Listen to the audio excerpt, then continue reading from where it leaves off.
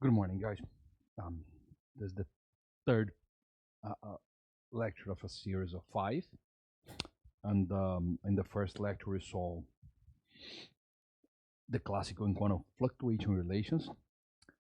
Yesterday we tried to understand what relativity is and why it was built the way it was, and today, unfortunately, we have to go into mathematical details of the theory. So it's going to be a heavy lecture on math because I need to define certain things. So I will start with the basic concept of a set, just a set, and then start putting things on top of this until we get the definition of curvature. Why curvature? Because this is what appears in Einstein field equation. So we need to understand what that thing means. So let us do this piece by piece and please ask questions. Um, so the field that we are entering in the mathematical field is called differential geometry, which is the way we employ calculus analysis to study geometry of surfaces and other things. So that's, and since we understood that space-time is a curved surface, it's a curved manifold, we need to understand how to do calculus on this thing, and the way to do this is to learn this part of math, which is very different from anything that we saw in basic bachelor courses in physics or or engineer or things like this. So that's why it's a little bit hard to understand from the beginning what exactly is this. But just to state again, these are the postulates of general relativity. The first one postulates what spacetime is this guy. It's a four-dimensional differential manifold. So we need to understand what manifold is, we need to understand what differentiable means, and we need to understand what metric is and Lorentzian metric is. So we need to understand all of these words in order to understand what space-time is. And then on top of this guy, Einstein postulated this equation. That's cosmological constant. We'll talk about this in the end, but you can take this equal to 0, and that's okay. That form Einstein's equation. But the important thing is that this guy quantifies the curvature of space-time, which is gravity, as we saw. And this guy is the source of curvature. It's all sorts of energy, momentum, and pressure, because pressure is also a source of curvature here. So, and to understand the meaning of this equation, we needed to understand all of these things, and we need to study differential geometry. So we start with the basic thing, which is just a set. So this is the most basic general mathematical system that we have. I mean, it's just a topological space. What is this? It's just a set. It doesn't matter what it is. It's just a set of points. In space-time, we call these points events, but just a set of points. Okay, and another set. Notation thing. When we have these letters, there's two lines here. It represents a set. When we have a thing like this, it's with the Latin indices. This is a tensor. This is a rank 2 tensor. And when I have a guy like this, but with the Greek indices, these are the components of the tensor in a given coordinate system. So just notation advice. So here, all of these are sets. And very basic things, these must satisfy these three simple axioms. So just a set, the union of arbitrary collections of subsets belongs to this set. So, which is just a collection of subsets of these. The intersection of finite number of these guys also belongs to this guy. And the entire set and the empty set are in this guy also. So this is a topological space. This is what we call a topological space. So it's the most simple thing.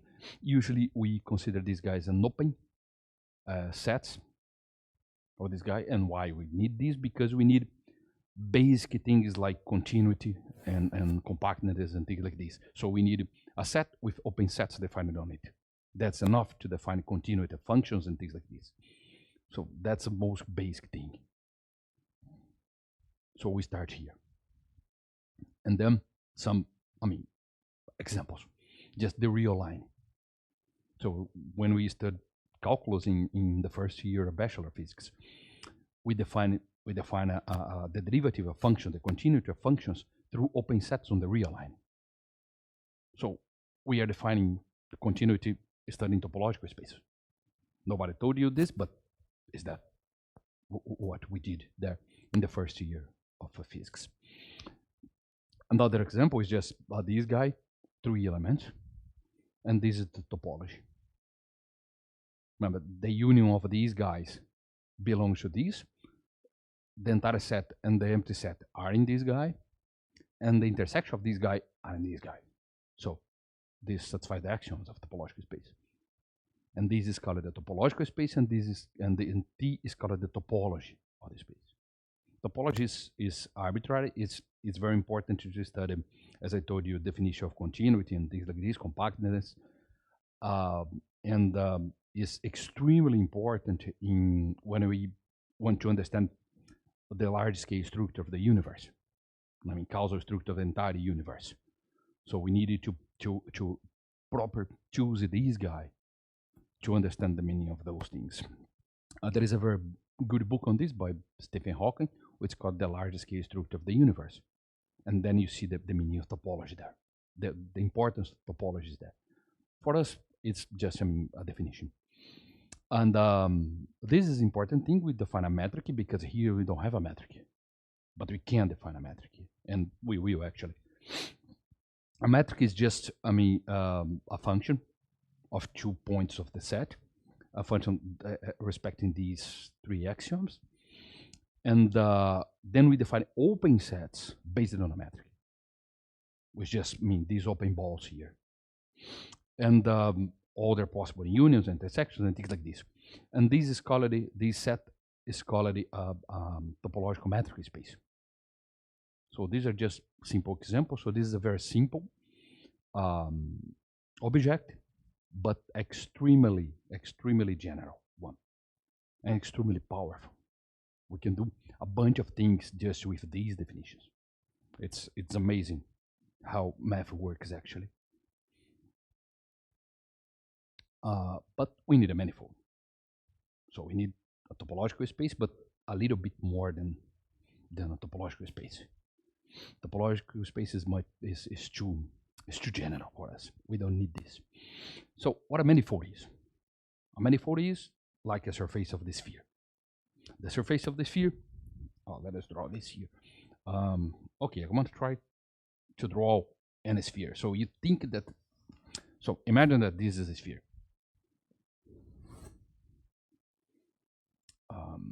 We have here. So if I draw, let us pick up, I don't know, Greenwich, and here 9 degrees Greenwich. So this is a straight angle. This is the equator on the Earth. So the sum of the internal angles of this guy is higher than pi because the surface is curved. And what means manifold is that the surface of a sphere is a manifold because if I draw a triangle here in a very, very small region of this guy, and I sum the angles here, the internal angles will add up to pi. So what does this mean? A manifold is just a set with global properties, general properties. It can be curved, it can have torsion, it can have a bunch of other properties, but locally looks like the Euclidean space, which means that locally we can define a local region in which Euclidean geometry applies. That's a manifold. And that's important because we will pick up this local region and build up a reference frame here. That's the idea. Because if you remember from yesterday, what we did what we call a reference frame was a map from this portion of the thing to the Euclidean space. F4. This is a reference frame. So we're going to do this, but Newtonian space-time, we can cover the entire space-time with a single one of these, but here we cannot do this. A sphere, we need at least two. We cannot build just one of them. One of these map cannot map all the points on the surface of the sphere in a single plane. There is no way to do this. We need at least two. But here is a little bit different because here is the metric here is positive, here is not. But that's the main idea of a manifold. A manifold is just this. It's just a set that locally looks like Euclidean. So what's the meaning of locally? We will see in a bit. But it's defined by the curvature of the space. So that's exactly what a manifold is. Mathematically speaking, it's a topological space with locally homeomorphic to the Euclidean space. That's mathematical definition of a manifold. So it's a very simple idea. That's why I need a topological space, but we need a little bit restrictive one. And that's the two axioms that we impose. Because remember, we want to do calculus. So we need something to add up on top of this thing that allows us to define derivatives and things like this. And this is what we call a differential structure. That's a differential. That's the definition of a differentiable manifold. So it's just a set with the collection of these pairs here, the open sets on the manifold, and these maps here that we identified locally regions that are homeomorphic to the Euclidean space. And these are local neighborhoods of these guys. Okay, and with these properties here. This guy M, with a manifold with space-time, is a topological space. So it's just a set with a bunch of open sets defined on this. But we impose this one. The set of open sets cover the entire M. It doesn't matter if they overlap or not. They cover the entire M. And this is important. If I give you two neighborhoods of a point, of a certain point in a manifold, in certain way that these guys do not overlap, they overlap actually. And then we define this map, which is just a coordinate transformation. Then we impose that we can differentiate this guy. So in this way, you have a differential structure. Let us see these here. So we have a manifold here. We have a manifold here, and we have two open sets, and on the manifold. So this is the overlap between them. So we define a coordinate system that goes from this, that maps this guy into this guy. So we are mapping open sets in the manifold, on the manifold, to open sets in the Euclidean space. Here's the same thing. We can define this associated map here. It can be absolutely different, but it doesn't matter what it is. But this map, I mean, the coordinates here should be related by this guy with a smooth function. So this is a coordinate transformation. This is a coordinate. So these are two coordinate systems. And here, why we do this? Because here we know how to define differential equations and everything else. We know how to do calculus here. So we needed these things to define derivatives of functions here. That's why we define these things. It's exactly the same picture you saw yesterday, with one difference. We cannot cover the entire set here with just one of these. That's the difference. It's a huge difference, actually. This implies a bunch of other things. But is that okay? What the manifold is? How big must be this guy? Well, this depends on the think about this thing. If I have a regular rule, so I measure the angles here, I measure everything here, and I cannot any triangle here will add up to pi, but they will add up to pi up to the oh, I forgot the name is the precision of my instrument. So this defines locality. If I have enough a good enough instruments in order to see the curvature, then I'm not local. I need to go to smaller regions. Okay, so what defined locality? Locality is a thing that's defined by me. I mean, if I can measure curvature, then it's not local. That's the only thing. But anything is like this, no?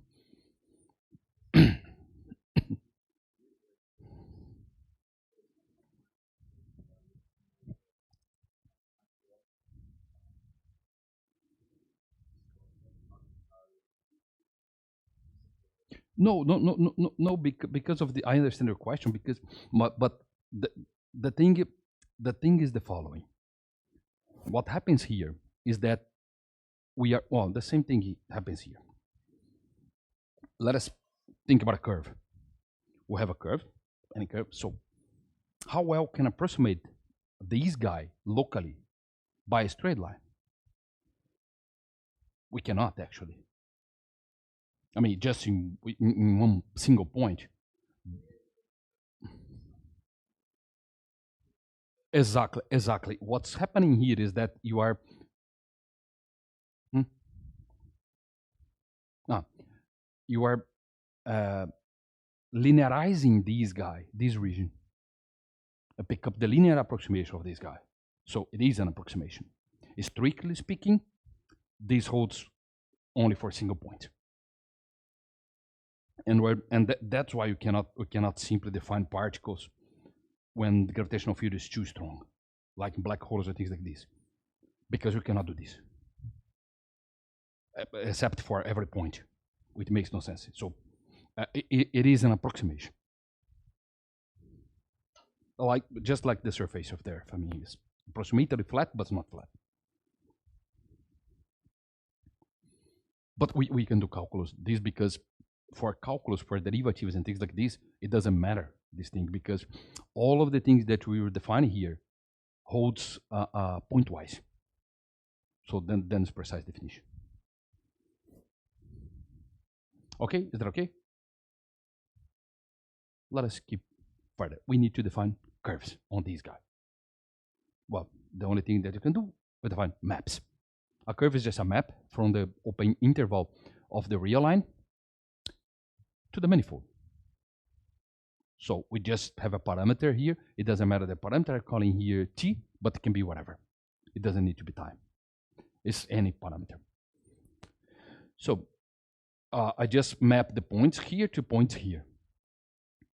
I can simply define this map. And then to build the coordinates of the curve, I just define one of these guys and go from here to here in this open set. So here I have the coordinates of the curve C on the manifold. So I have the parametric equations of the curve. They are built here. So that's the way we define curves here on the manifold. And this just, I mean, the coordinate transformation, how we go from here to here. C, phi, yeah, is correct. Okay, this is just a curve. Why we need to do this? Because we want to compute derivatives of this guy and define vectors on a space. Because we know how to define vectors in Euclidean space, but in flat space, but here we don't know how to define vectors. I mean, we have no notion of an arrow pointing, linking two points of this thing. There is no such a thing. So we need to find a way to define vectors. And one way to define vectors is the tangent vector of this curve. I mean, the derivative of this curve is a directional derivative with a vector. And that's the way we define vectors. That's why we need curves. So we went to topological space, which is a set, and then, well, did we start at 10? Because it's 10:30. Oh, okay, time flies. So we define a topological space, and then we define a manifold, we put a differentiable structure on top of it, and then we define curves, reference frames, and then curves. So the mathematicians call that thing, these things, chart, and the collection of these things an atlas. We call these reference frames. So we physicists. So then we define a curve, and then we're going to define vectors now. And vectors will be defined as the tangent vectors to a curve. But there is a problem.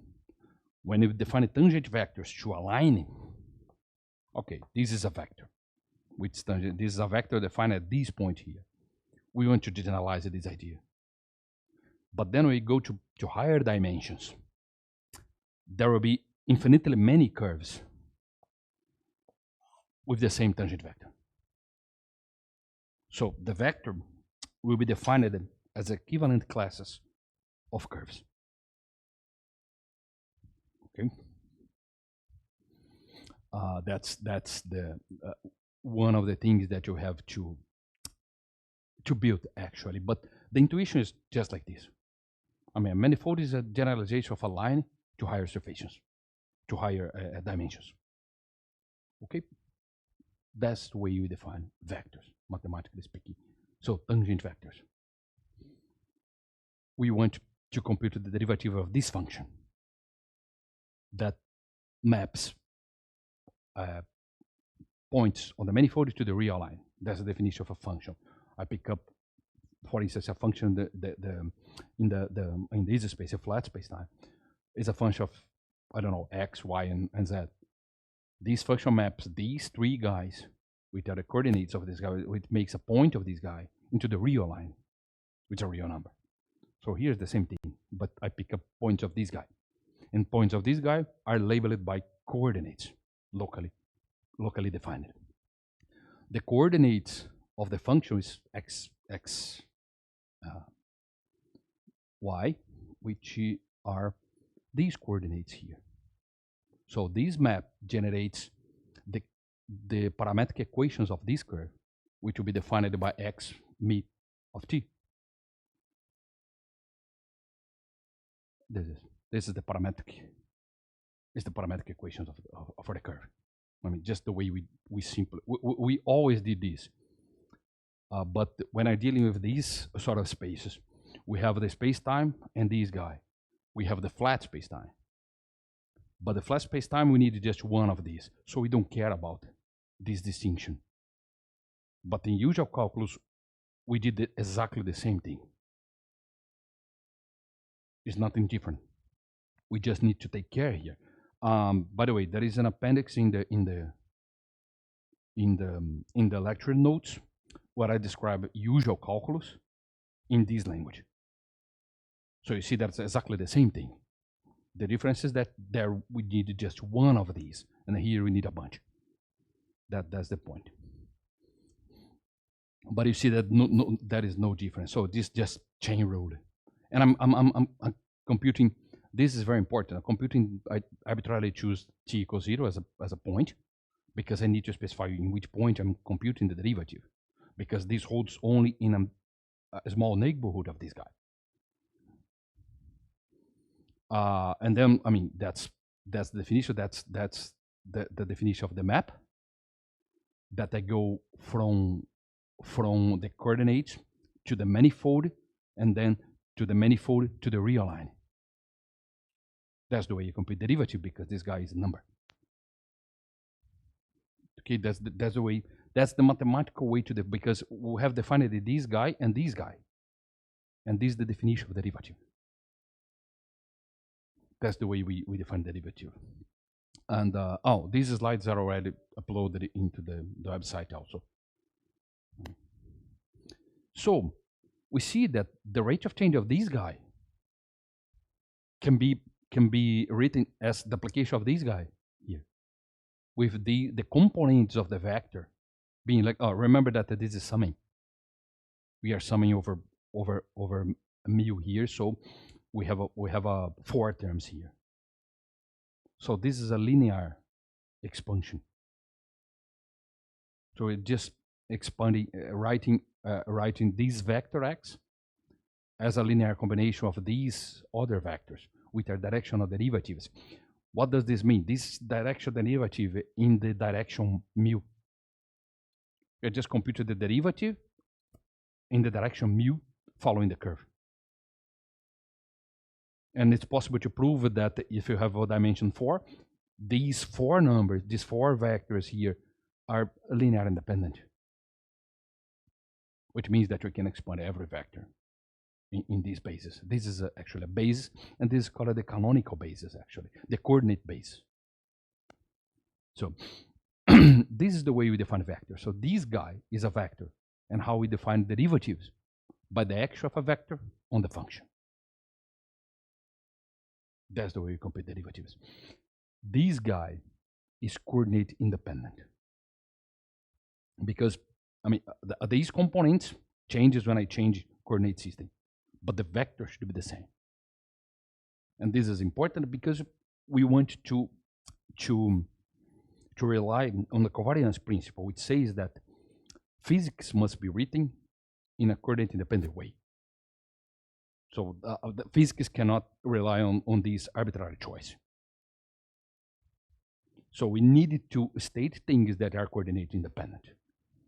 We need vectors, and from vectors we build tensors, and these tensors are the object that we use to state the laws of physics. Because these guys independent, the components change, but this doesn't matter. The vector is the same. That's all that matters. So, people, question. We are simply defining derivatives, vectors,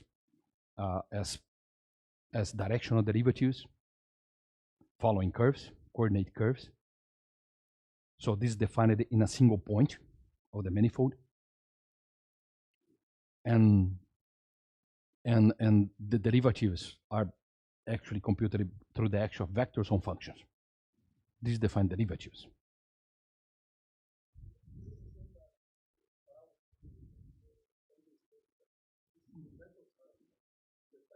The collection of vectors from the entire collection of vectors from the tangent space, which is an equivalence class actually. But so I'll get there in, I think, one slide. So we define x as the tangent vector to m at this point, which is completely arbitrary.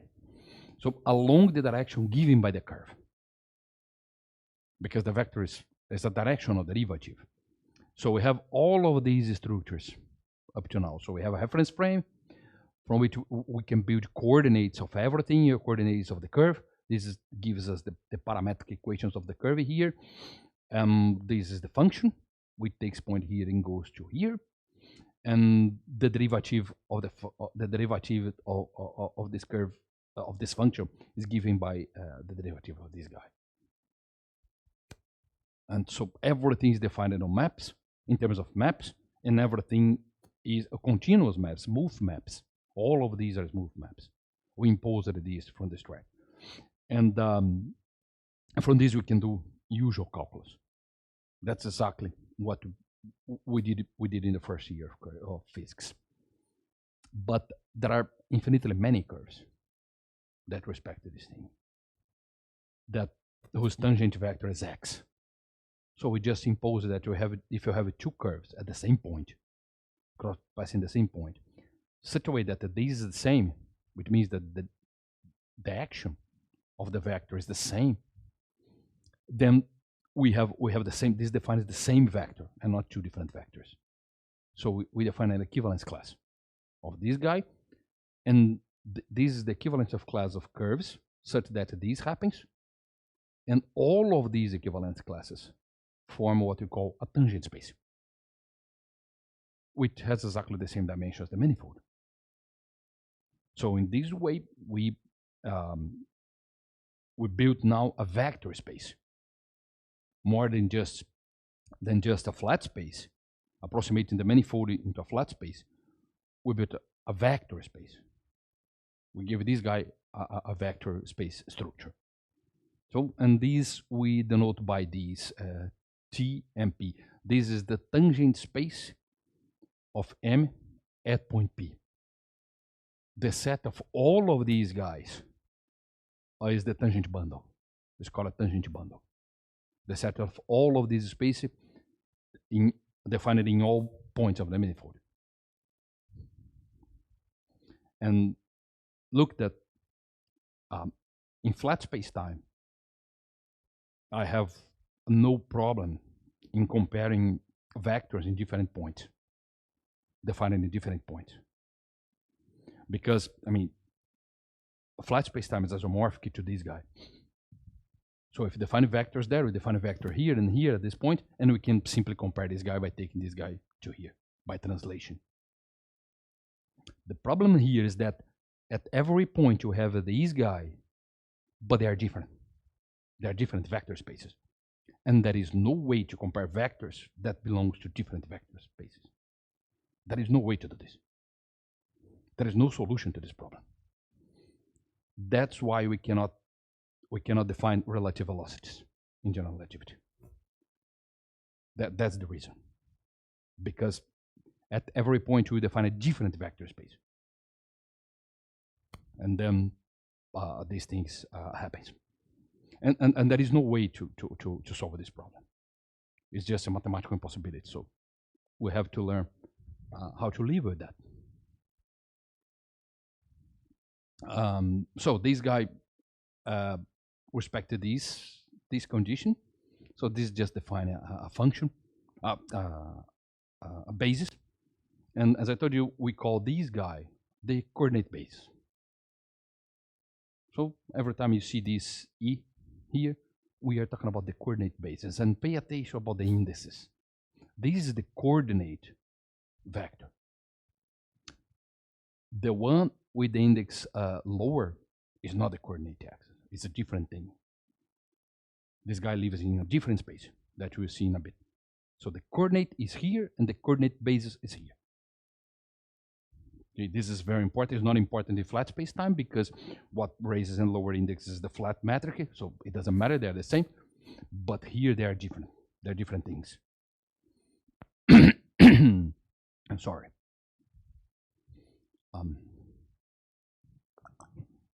As I told you, we need to define things that are coordinate invariant.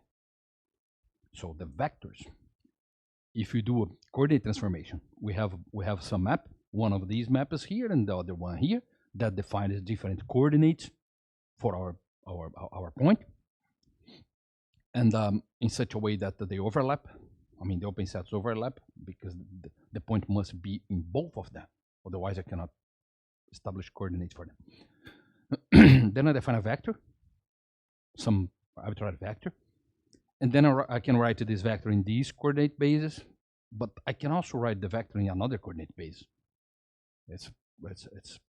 I can do this. I mean, nothing forbids me to do this. But this second equality here says that the vector must be the same. I mean, the components, I don't care. These guys can change arbitrarily, but the vector must be the same. The vector is the same. So this, I built a thing that is coordinate independent.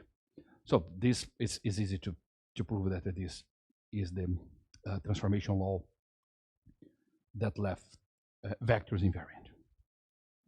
So that's these sort of things. Because I saw many books and many texts that define tensors through their transformation properties. So tensors is a thing that whose components transform like this, or vector is a thing. Coordinate vector is a thing that whose components transform like this. But that's a consequence of the definition and not the definition itself. The way we build the things, we build vectors, and then we impose, no, under coordinate transformation, they must be the same. So the consequence is that the transformation law must be this one. It cannot be different. So this is not the definition of the thing. It's a consequence of the definition and of the differential structure that we put on top of the manifold. And that's why we use these things to write down the laws of physics, because they are built to be coordinate independent. So the same way we can define the dual vector space, and we needed these in order to define a very important thing, which is the inner product. We need to compute inner product. We need a metric. So the usual way to define it is, since I have this guy, I define the dual space as the space of linear functions. This is done, this is basically linear algebra, okay? That the elements of this guy take elements from the vector space and take them to the real line. This is the way, for instance, in quantum mechanics, we have the cats. The cats live here, and the bras live here. And what are the action of the bras on a cat? To take them to the complex number. That's why the cat is the dual space of the cat space. The bras is the dual space of the cat space. So linear function. So nothing different. Then we define this guy, which the action of this guy, which is just a vector. So this guy belongs to this guy, and the action of this takes us to the real number. Okay, that's the usual thing we do. And then we can define the dual basis by this. We define this guy here and this guy here. That's the inner product. That's defined. The action of this takes to this and this. So these guys are orthogonal. We define this as the dual coordinate basis. And since this is complete, this is also complete, I can write any element of this dual space as a linear combination of these guys, of these vectors. Okay? So we are almost done. The inner product of between two vectors, actually not two vectors, it's one vector and one dual vector, takes us to this. And this is a coordinate invariant. We can change coordinates as we wish. This guy will never change. It's always the same. That's why scalar quantities are defined like this. For instance, the mass of a particle is defined as minus the contraction of the inner product of the momentum, the linear momentum of the guy with itself. That's the mass. That's why mass is an invariant quantity, because it's expressed like this, is an inner product. Although people say that, the mass of things that's moving increases, no, that mass never changes. Inertia changes, mass never changes. So we can do exactly the same thing, define two coordinate system, and then impose that the guy is the same in both coordinate systems, and we get the transformation law for this guy, which is the inverse of the other one. From these guys, we can define whatever we want, including tensors, because tensors are just linear maps that acts on the dual space and on the vector space, and takes all of these guys to real numbers. So that's multilinear map. That's what a tensor is. And the way we build these guys and these guys implies that we can build the transformation laws for these guys. And these guys will be the same in every coordinate system, although the components change. So we can write down defining a coordinate system. We can simply write down the tensor like this. Remember, summing over mu1, mu-q, nu1, nu-r. All of these are summing. So these are the components of the tensor in this coordinate system. these guys depends on the coordinate I choose. These guys don't, because the vectors don't. So I just built these guys from vectors, and that's the action of a tensor. The tensor acts on these guys. So the indexes here just indicates the slots of the tensor when I put vectors and dual vectors. And this is a number. This is a real number. So that's so tensor. We usually think it as a tensor as a matrix, but tensor is not a matrix. Matrix is a different object. Of course, I can represent a tensor as a matrix in a given reference frame, but a tensor is this guy. It's a multilinear map that acts on dual vectors and take these guys to real numbers. Okay. So, questions? So you see that I mean, with very basic definitions, we can build a bunch of things on top of the manifold that live on this manifold. And this is important because how can I define the curvature of this guy, a sphere? I can pick up this guy and put in a three-dimensional flat space-time, Euclidean space-time, and then measure the curvature of this guy by the radius here of the sphere. But as far as you know, our universe is just a four-dimensional manifold. There is nothing outside this guy. So we need to define things that lives on this guy. We need to define a curvature from an intrinsic point of view. That's what Gauss did actually. So how to define a curvature of a sphere if you have no access to other dimensions? If you leave, I mean, the flat land. I think that there's a book on this, flat land. Yeah, something flat land. Yeah, that people that live on 2 dimensions, and there is no they cannot go up or down. They can define. They need to define things there. We are trying to do the same thing, but we need to define all of these things because what measures the curvature of the manifold is a tensor. So we need to define what a tensor is, and you need to believe that this is invariant. This is the same everywhere. I think that you need to use this because of, I mean, they're recording. Yeah, I just don't understand what is the role of that little axis X there inside tensor. Oh, sorry. This guy is a Cartesian product of space. All right. Okay. This Q. Okay. Yeah, this is. Yeah, I should write this. So this guy here.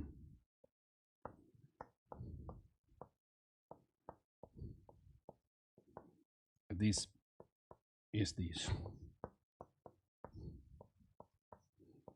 And all of them are P.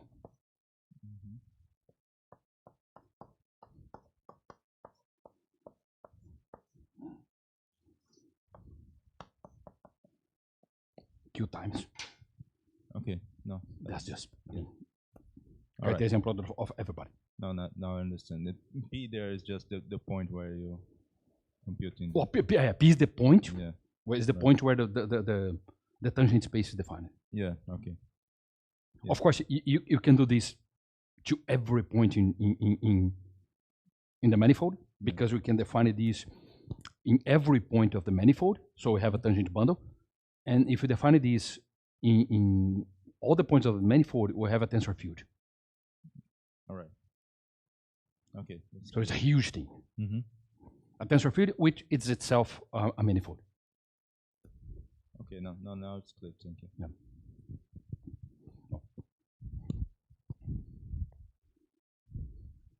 So,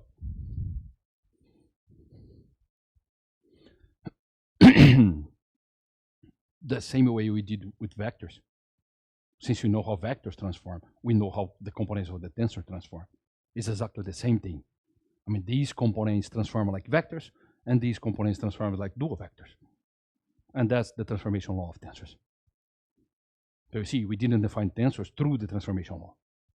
It's just a consequence of things that makes a tensor the same tensor that the tensor be the same in every space. And of course, here we let the tensor act on all of these lots, and we have a real number here. But we don't need to do this. We can let it act in some slots. And these don't take us to real numbers, but take us to other tensors. So once you have a tensor, you can build other tensors from it through operations on tensors. I think that I described it is in the lecture notes. I will not enter here because there are plenty of operations that you can do with tensors. But it doesn't matter here. Here is just if you understand the meaning of tensors. What are those guys? Okay? There is a extremely special tensor, which is the metric tensor that we need, actually.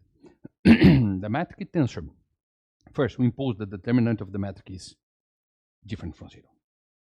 If it's 0, you have problems in one of the directions of your space. So let us suppose that we have a metric whose determinant is not 0. Then I can define the inverse of the metric and fulfills this relation. It doesn't matter what metric is. It's just, I mean, fulfill this relation every metric you have. And from this we can write the line element, because the metric defines distances in this space, and that's what we need. We need to compute the distance. And the distance is the integral of this guy. So if I'm integrating this guy over a time-like curve, I have a time, the lapse of time between these two events. Or if I integrated this guy through a space-like curve, I have a space distance between these guys. But I can integrate this guy over whatever curve I want. So that's the definition. So we call this guy the metric, or this guy the metric, because both are the same. And as if this is a tensor, this is invariant, of course, in the coordinate transformation. The components change, but the transformation no. And this is an important thing. You see, this is the coordinate. Oh, that is a bad notation here. This is supposed to be like this, and not italic one. So we raise and lower indexes using this guy. So this is the coordinate vector. This is not the coordinate vector, because you have the coupling with the metric here. This is a different thing. It's a different thing. So we need to take care. We need to take care of the indexes. We cannot put the index where we want, because they mean different things. So this belongs to one space, and this belongs to another space, to a different space. Okay. So that's the metric tensor. Einstein field equations will be differential equations for this guy. Just this. But now we have tensors, we have these things, we have to define derivatives. I'm almost there, guys. We need to define derivatives. But the problem is that we need to define a thing that is coordinate invariant, which means that it's a tensor. The partial derivative that we have, we already have this thing defined, is not a tensor. You can prove that's not a tensor. I mean, it's just not transformed like that. So it's a coordinate dependent thing. So it cannot be this thing. But it must convert to this guy. The operator that we want to define here must convert to this guy, converge to this guy when you go to flat spacetime. Because we know that in flat spacetime, that's the derivative. Define that. So we need to define this thing. And in order to define this, we define one of the most important things here, which is the connection. Because what derivative, why this guy has this name? Because what the derivative does, it connects points. That's why you want to define derivative, because we want to connect different points We want to study the motion of things on top of these things. So we need to define motion. We need to define a way to compare vectors in different points. And the way we do this, derivative, because derivative where I compute actually translations of the guy. We are comparing points in different space, in different points of space. And then appears an object that we call connection. And it has this name because it connects the points of the space. That's why it appears like this. And this guy defines the curvature, not the metric. We can think that, since I have the metric, I have the curvature. No, the metric doesn't define the curvature. What defines the curvature is this guy, the connection. So we need to understand these things, and the way we do this is what you call covariant derivative.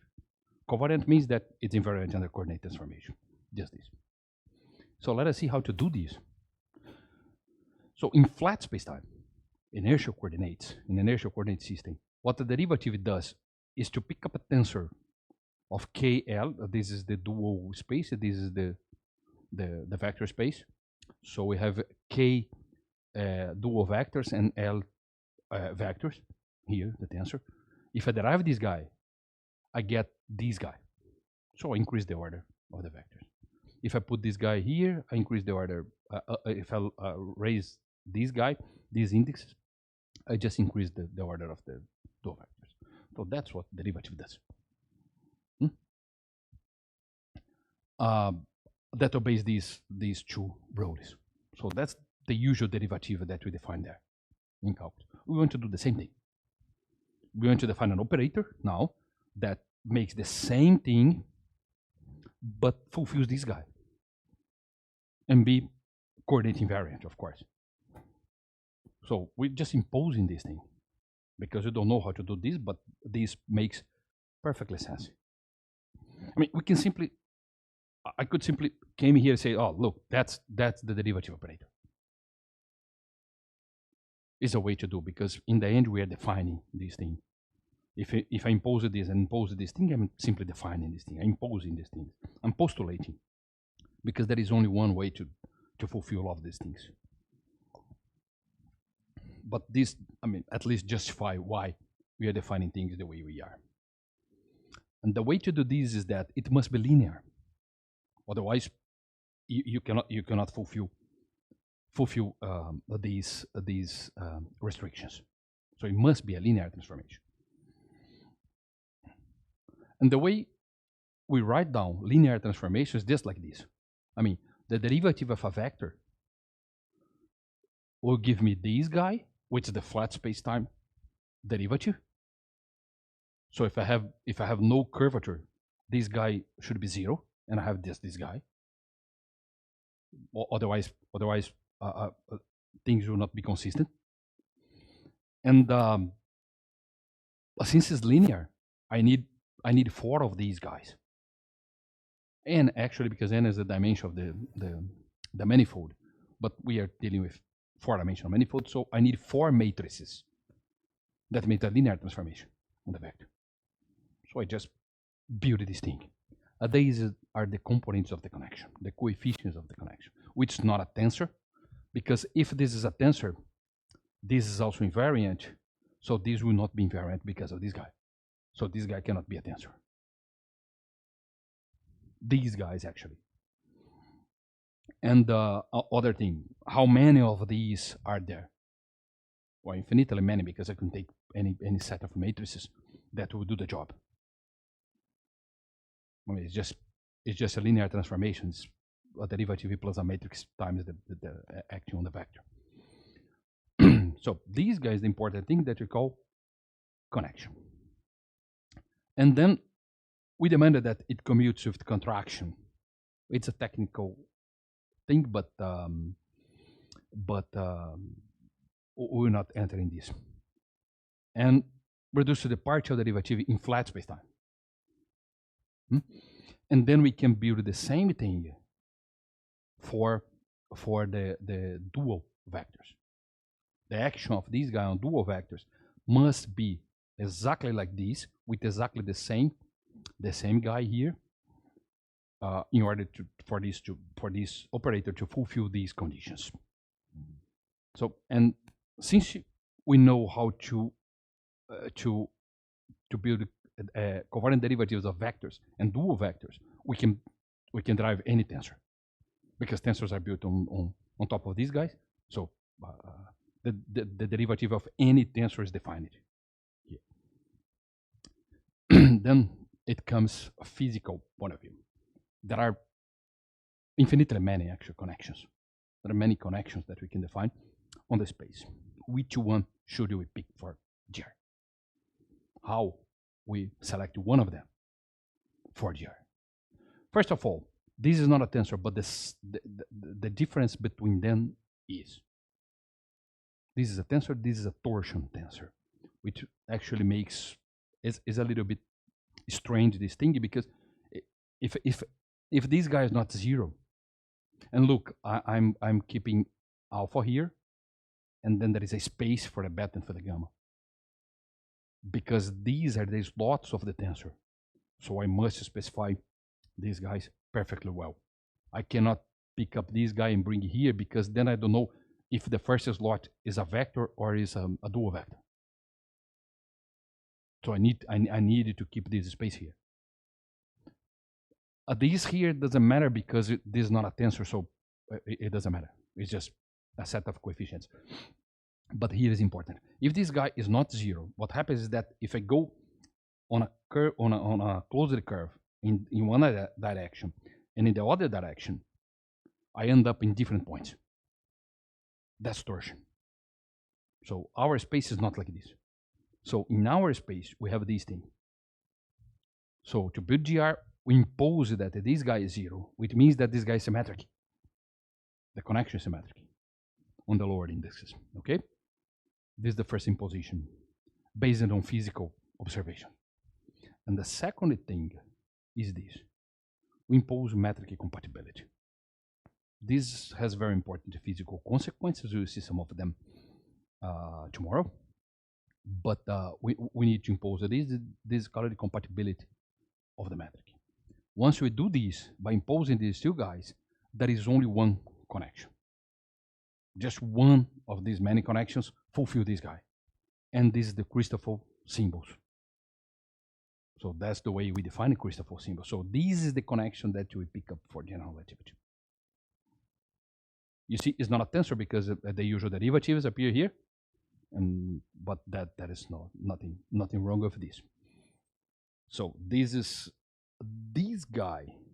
You look at this guy and you see that no, it has a metric here. So the metric defines the connection defines the curvature. So the metric defines the curvature. No, that's not the case.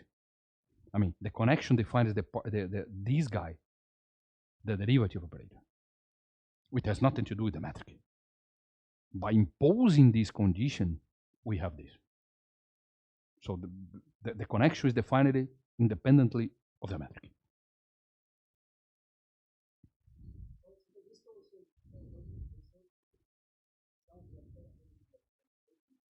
No, it's not a commutation. The curvature tensor is, but not this one. It's a different. It's a strange thing, torsion. If you pick up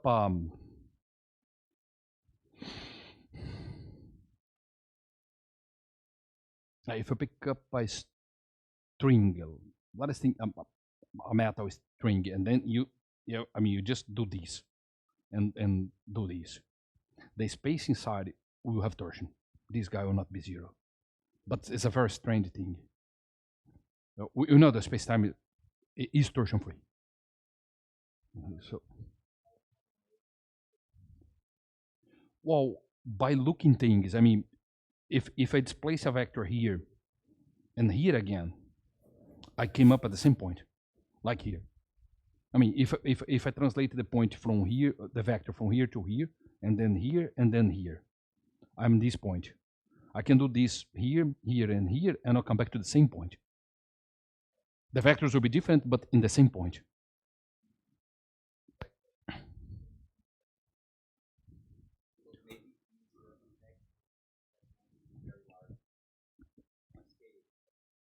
Oh, no, because this is pointwise. This is pointwise. This is defined at every point of the. I mean, if you pick up infinitesimal loops, you must see this. That is no other way. But then it looks like it's the commutator because of this. But the point is that you get in and you end up in different points.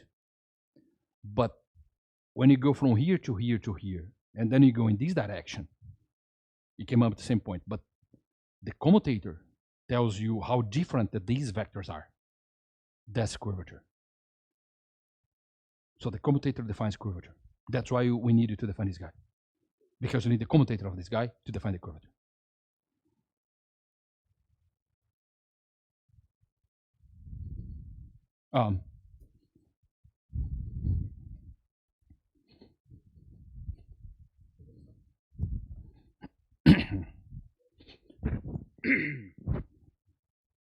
Maybe to make a link between the topics we're studying. This is somehow connected to the notion of commutation, in the sense that the torsion tensor can be calculated by the difference between the commutation using the connection and the usual commutation of vector fields. So we have the usual commutation of vector fields, and now we have this new version of differentiability, and we can compute the commutation using the connection. And the torsion is the difference between these two commutation notions. And being torsion-free means that they coincide. Oh, that's true.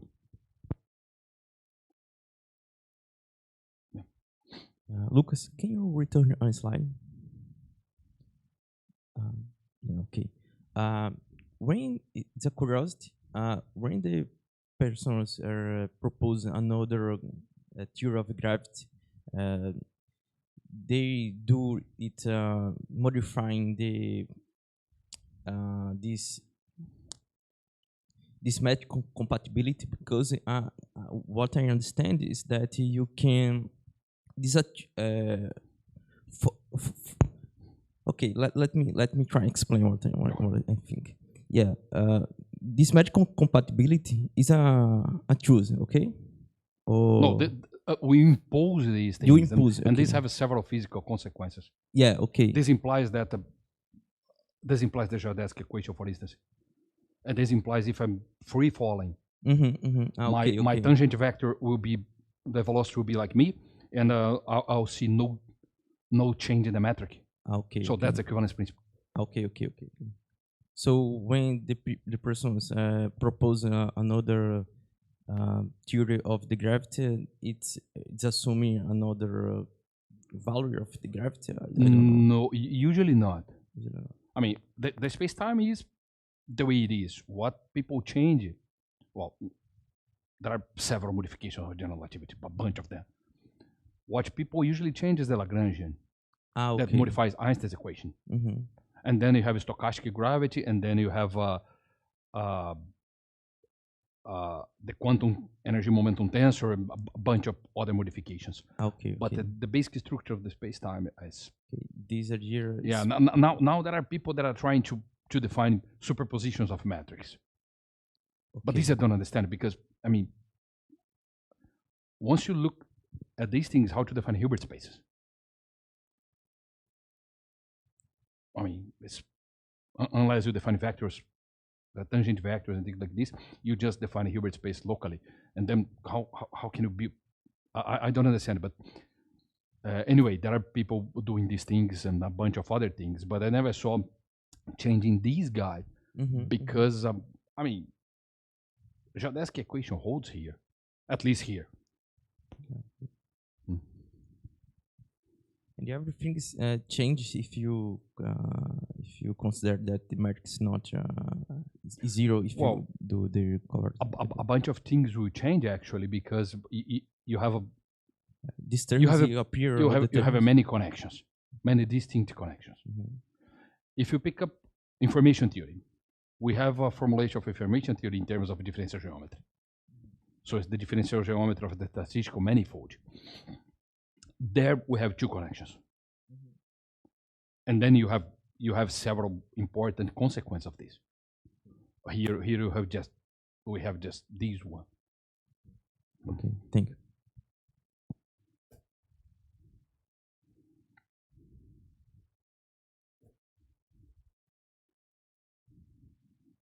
No, it's just a comment that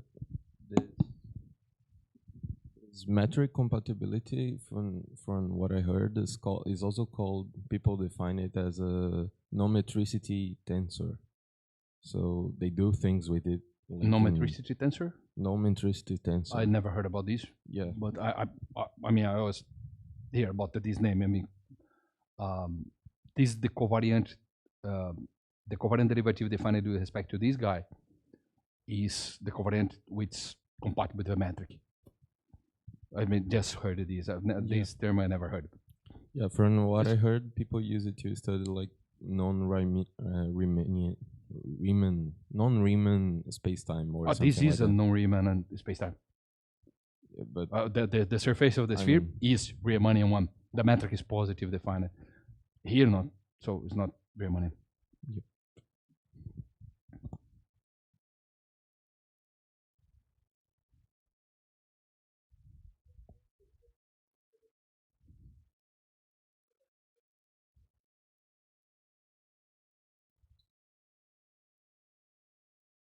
I don't. I never heard of this, but this thing actually. Yeah.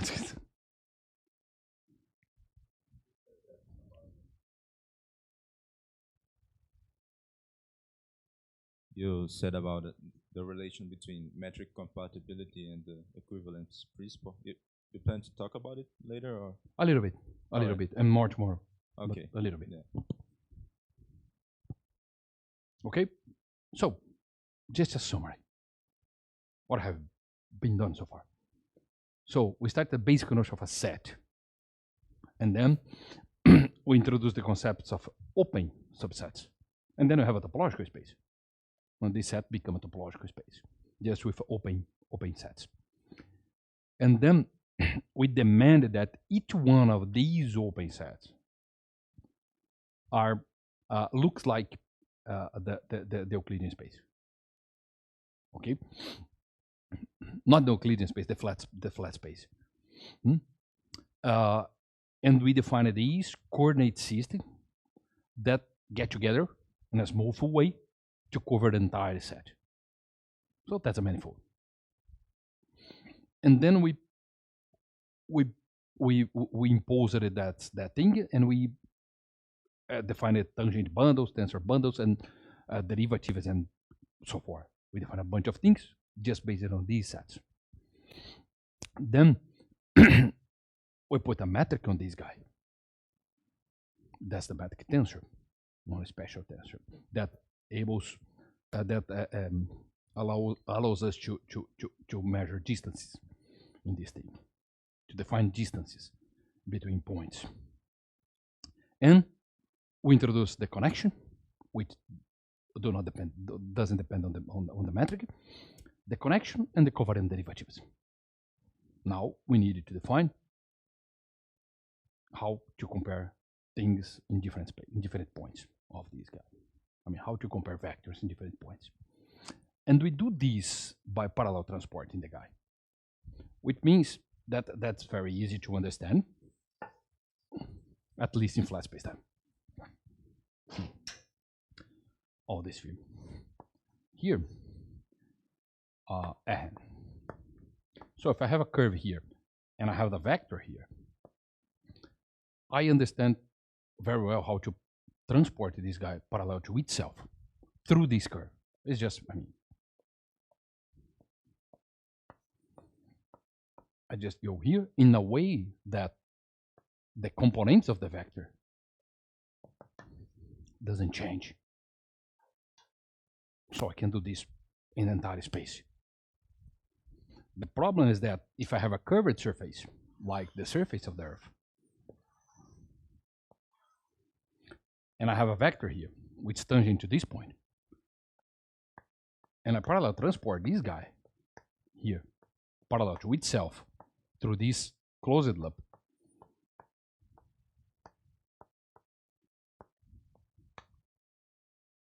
it's different. But the angle here will depend on the path. So this is a path-dependent thing. And how can I say that I can simply compare points, compare vectors defined in different points, if when I take one of them, because I can only sum or add vectors if they belong to the same space. So to compare vectors that are defined in different space, in different points, I need to take one of them into the other. Otherwise, there is no other way. But the difference in the vectors will depend on the path I choose. So how can I define this? So there is no way to do this. There is no solution to this problem. It's simply like this. We need to understand how to live with this thing, because there is no way to do this. There is no mathematical way to do this. It is the way it is. It's path dependent, and that's it. That's why it's meaningless to talk about the velocities of galaxies with respect to us. It's simply meaningless. There is no definition of this relative velocity. Because of this, then there is no way to do this. If I choose a different path here, this angle will be different. In flat space, this never happens. But we can define a notion of parallel transport. This is called parallel transport. We can define a notion of this guy. And then we understand the meaning of the covariant derivative. Because we understand the meaning of a derivative. If a derivative, this means that that when I change this coordinate, this guy doesn't change. So this is the rate of change of this guy when I change this coordinate. But the covariant derivative, we don't know.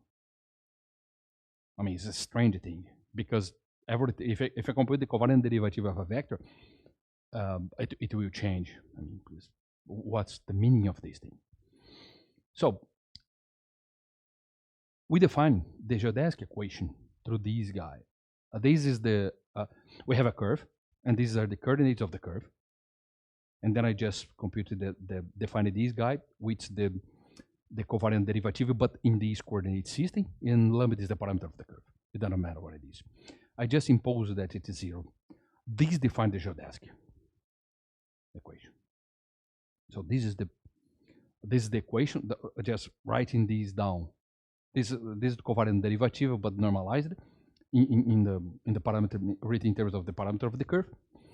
Well, the calculations are there in the notes, so you can follow the calculations, but just here, just the definition. But you can express this guy as this guy, which is the definition of a geodesic. If I go to flat spacetime, geodesic is that motion that material particles follow, or light follow, when they are interacting only with the gravity, with nothing else. So if I go to flat spacetime, what it means is that there is no gravity. So this guy, I can find a coordinate system where this guy is 0, this guy is 0. This is just the equation of a straight line. So that's what Newton's second law says. Okay, and I can define the same thing, or is defined that the curve along with the tangent vector is parallel transported. It doesn't mean this equation, because the components will change. When I computed the derivative of the guy, the components change. If I computed if I impose that this guy is 0 along this curve, the components will change. What means is that the covariant derivative is the parallel transport, we define in terms of covariant derivative. It's measuring by how much the vector change with respect to the vector if it was transported parallel to itself. Because even here, the components of the vector will change. So we compare the covariant derivative of a vector, we compare by how much the vector components changed comparing with this thing. That's the meaning of covariant derivative. Yeah. And by imposing this, we have a Geodesic equation. So the Geodesic equation is defined as that curve along with its tangent vector is parallel transported to itself.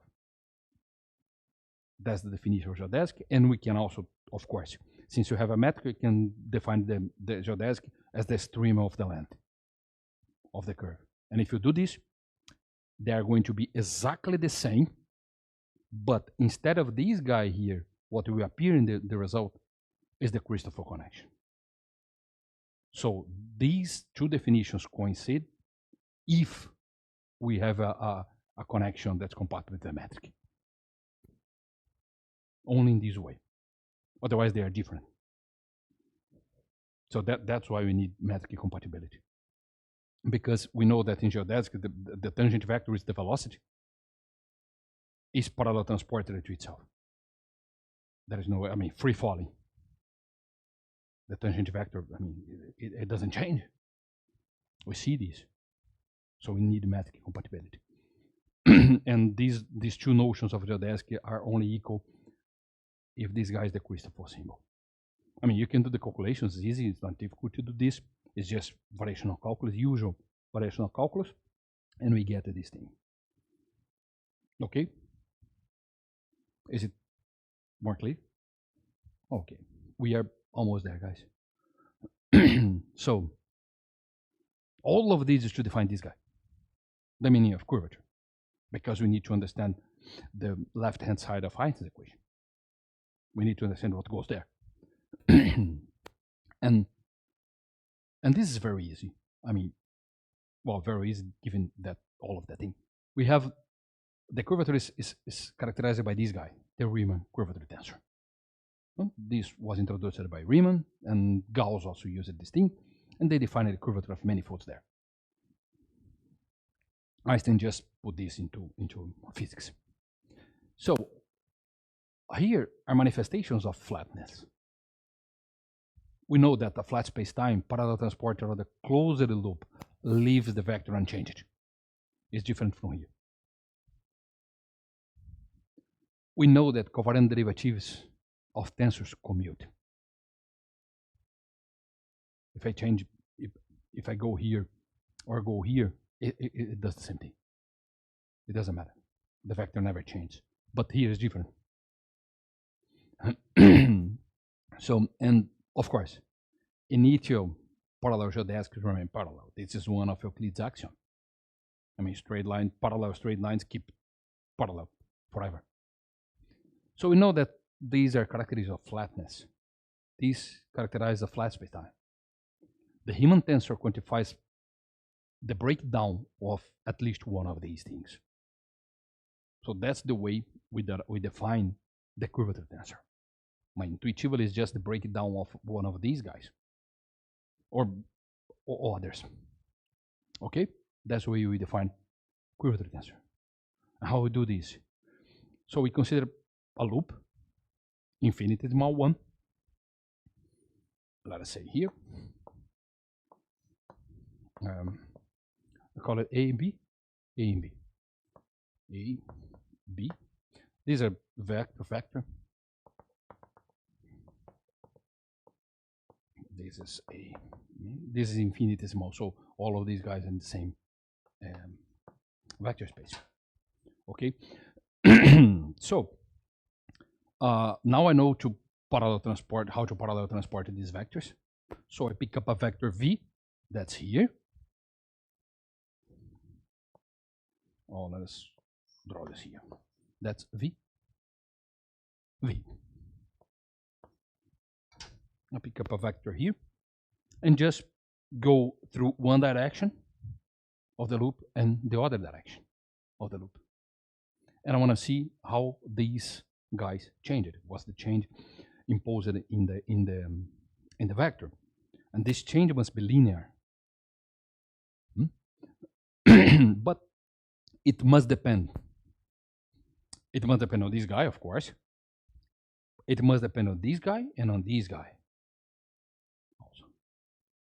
And more than this guy and this guy the dependence on this guy must be unsymmetric, because the change, because if I change the direction here, I change the sign of the commutator, so it must be unsymmetric tensor. Okay. That's the way we do it. Then we simply write down this equation. That guy here is the Riemann curvature tensor. If this guy is 0, we know that this guy must be 0 because it's flat spacetime. And if this guy is 0 in one coordinate system, it's 0 in any other one because it is a tensor. But this is not true for the connection, but the connection in flat spacetime, it can be different from 0. For instance, if you have a plane, if you compute the connection in Cartesian coordinates, it's going to be 0. But in polar coordinates, it's not going to be 0. But the space is flat anyway. But it doesn't happen with this guy. If this guy is 0, it's 0. It doesn't matter because it's a tensor. So, is everyone okay with this guy here? And why we needed these bunch of indices? Okay. Because the linear transformation, we needed all of these indices. And then we just define the curvature tensor like this. And this is the commutator of the derivatives that I wanna know how it changed when I go the loop. I know how to compute these guys. So I know perfectly well how to compute this thing. I know the connections, I know everything. And then we have, if you compute this thing, you have this equation. This is the expression of the curvature tensor in terms of the connection. Okay, for tensor-free, for a torsion-free space. And then we define three other important quantities that we need tomorrow. Is that just, the contraction of this guy here, and in this space, that's the only independent contraction that we have. All other contractions just mean, I'm summing up these vectors. So if I sum these two indexes, I'm reducing the order of the tensor. This is what you call contraction of the tensor.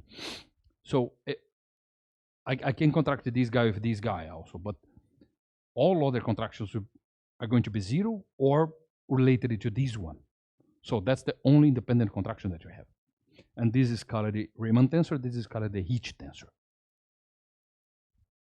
And this guy enters in Einstein field equations because of one thing that we'll see tomorrow, that the energy momentum tensor must be of rank 2. So in the other side of the equation, we must have a tensor of order 2 that characterizes curvature. So we cannot put this guy there, but this guy we can. This guy is what we call scalar curvature, which measures the average curvature in a point. It not measures the curvature, but does the average of this guy, and is the heat scalar. And this is the one of Einstein tensor that goes on the left-hand side of Einstein field equation. This is the most general tensor that can be built to or the rank 2 in this space. There is no other. Of course, the cosmological constant enter here, but it's a different thing. But that's the most general tensor we can build. That's related to the curvature. That's why this tensor appears in the left-hand side of Einstein's equation, and not other tensors, because there are no other tensors. So Einstein went to relate curvature with the space-time distribution of matter and energy, and this is a second-order tensor. That's the most general second-order tensor we can build. That's why this tensor appears there, and not any other tensor. And that's it, folks. Ooh. Sorry for, took too much, but sorry.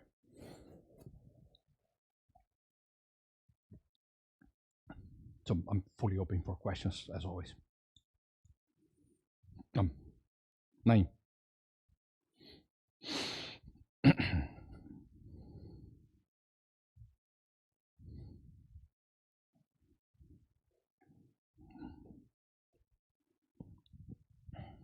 So Rafael asked before, how do we know that space-time doesn't have curvature? Oh, sorry.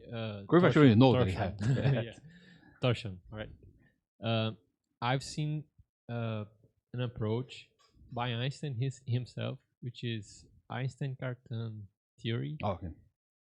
where they consider that space-time might have torsion, but then they, because they use the Einstein Hilbert Lagrangian, the torsion doesn't have a kinetic term. It doesn't propagate. So it Well, because of the Lagrangian. yes, Like that. yes.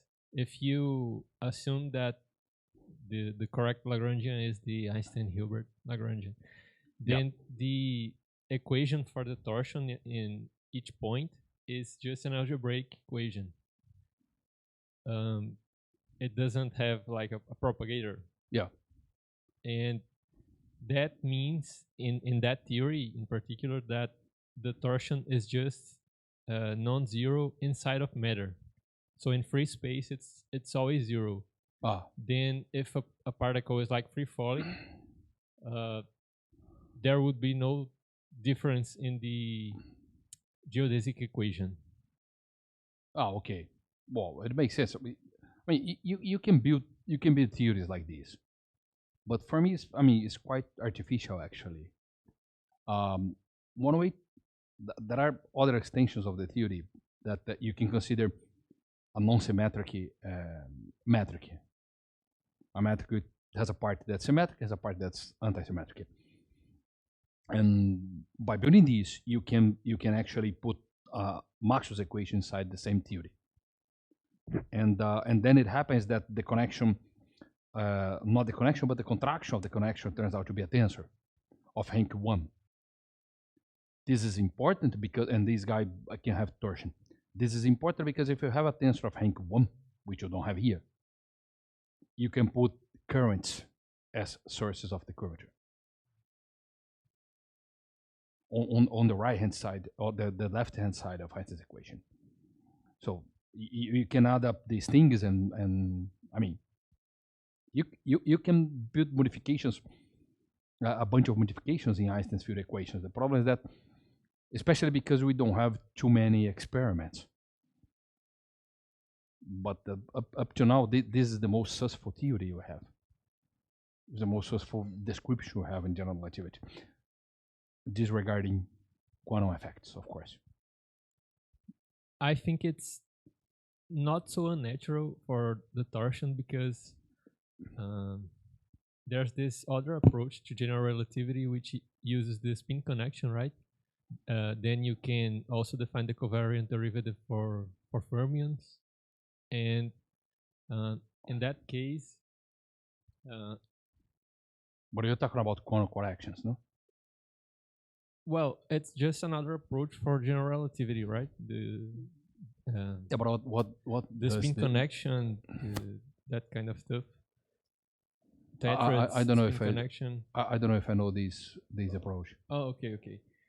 It's an approach. I mean, the spinor.